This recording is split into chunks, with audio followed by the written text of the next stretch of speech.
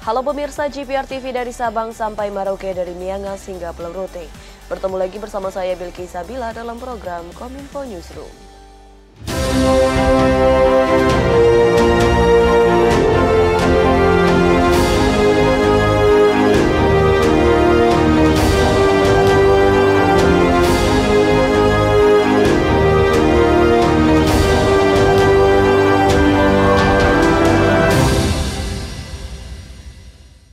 Pemirsa, inilah Kominfo Newsroom selengkapnya.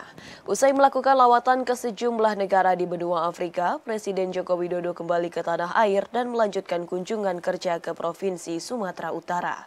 Hari ini Presiden meresmikan sistem penyediaan air minum regional Mebidang dan jembatan Aek Takno Ponggol.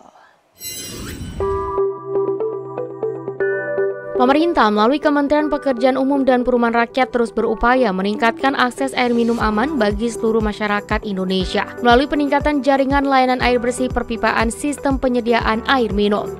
Di Provinsi Sumatera Utara, Presiden Joko Widodo meresmikan sistem pengolahan air minum Mebidang untuk menambah pasokan air bersih di sekitar kota, Kabupaten Medan, Binjai, dan Deli Serdang.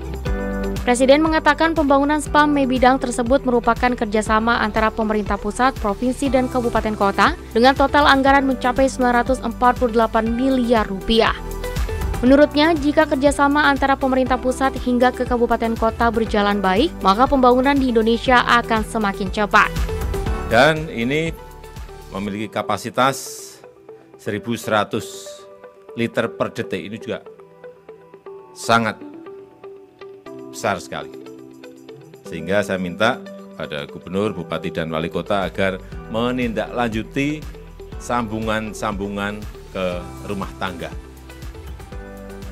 Karena menyangkut kurang lebih 88.000 saluran rumah tangga yang bisa tersambung karena pembangunan SPAM ini. Kalau dijiwakan bisa 440.000 jiwa, sangat besar sekali. Di kesempatan yang sama, Presiden juga meresmikan jembatan Aek Takno Ponggol di Kabupaten Samosir, Sumatera Utara.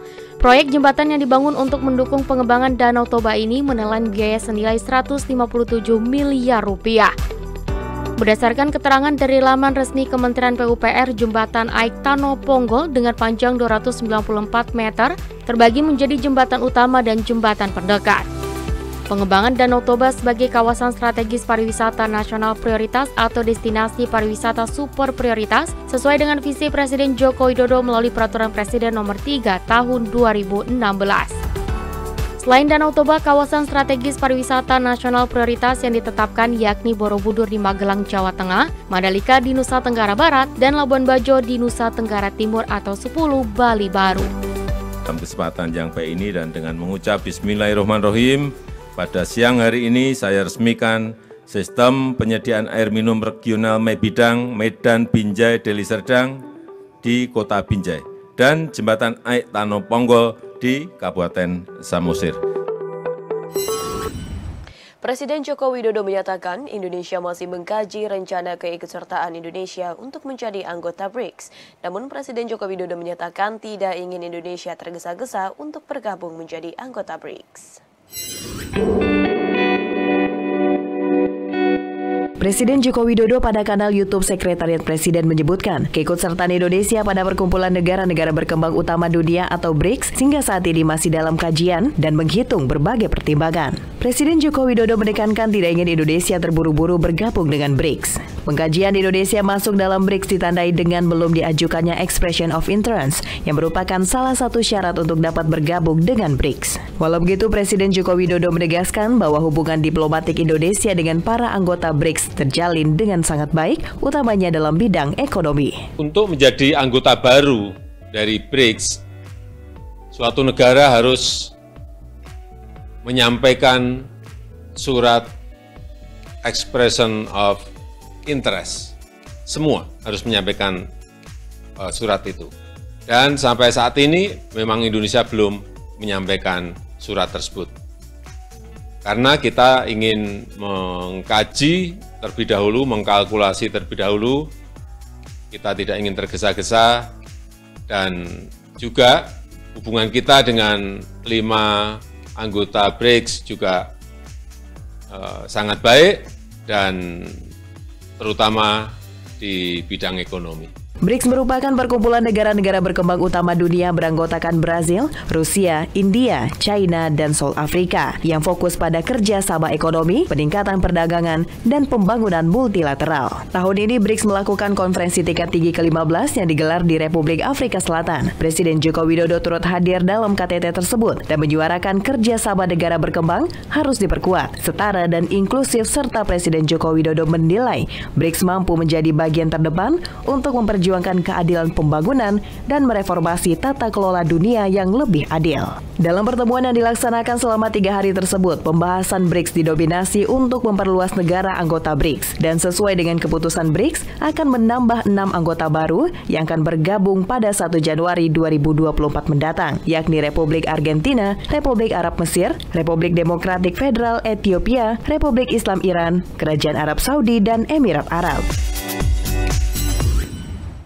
Bank Indonesia melaporkan nilai transaksi uang elektronik tercatat meningkat 10,5% pada Juli 2023 secara year on year, dengan total nilai transaksi sebesar 39,21 triliun rupiah. Sementara itu untuk nilai transaksi digital banking mencapai lebih dari 5.000 triliun rupiah atau tumbuh sebesar 15,5%.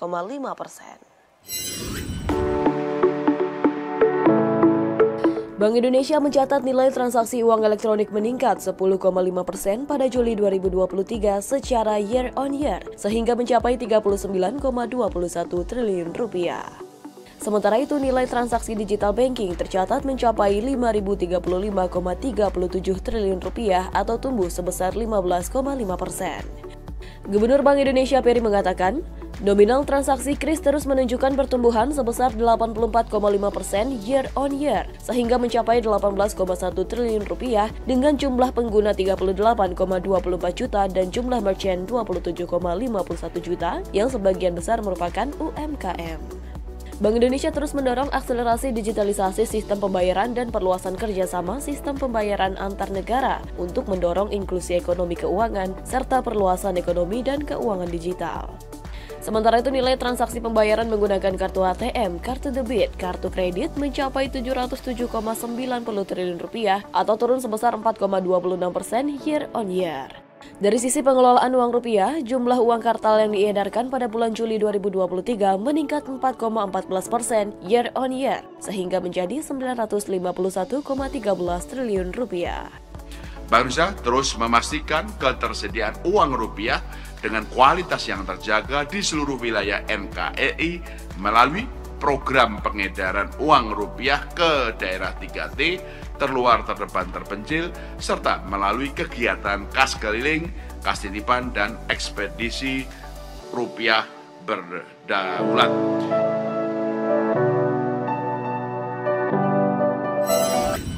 Sementara itu, pemirsa, Otoritas Jasa Keuangan angkat suara terkait ramainya perbincangan di media sosial tentang lulusan baru yang ditolak akan lamaran kerjanya karena status keuangan slik yang menunjukkan kolektibilitas 5 atau tidak lancar. Anggota DKOJK Bidang Edukasi dan Perlindungan Konsumen OJK, Friederika Widiasari mengatakan, kejadian ini dapat menumbuhkan kesadaran anak muda untuk menghindari melakukan utang pay later.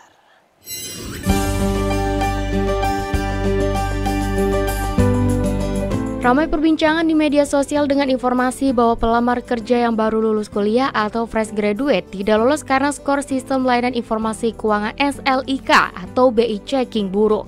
Pelamar tersebut tidak lolos seleksi kerja karena hasil SLIK masuk kolektibilitas 5 atau tahap bahaya yang menunjukkan pembayaran utang mereka tidak lancar. Menanggapi viralnya pelamar kerja yang tidak lolos karena skor BI checkingnya buruk, Otoritas Jasa Keuangan mengatakan perusahaan sudah banyak yang menggunakan SLIK untuk melihat status tagihan atau keuangan para pelamar kerjanya. Oleh sebab itu, Kepala Eksekutif Pengawas Perilaku Pelaku Usaha Jasa Keuangan Edukasi dan Pelindungan Konsumen OJK Friederika Widiasari mengimbau agar anak-anak muda jangan main-main dengan utang online seperti pay later karena tagihan tersebut akan tercatat di SLIK. Anak-anak muda tuh aware, oh iya ya jangan main-main utang online, abis itu aku ganti nomor udah nggak bisa ditagih, nggak gitu. Karena kalau udah pakai KTP semuanya itu akan masuk semua di slik ya kalau pay later. Kalau yang pinjol memang belum, karena itu next step-nya akan masuk ke Slik OJK juga.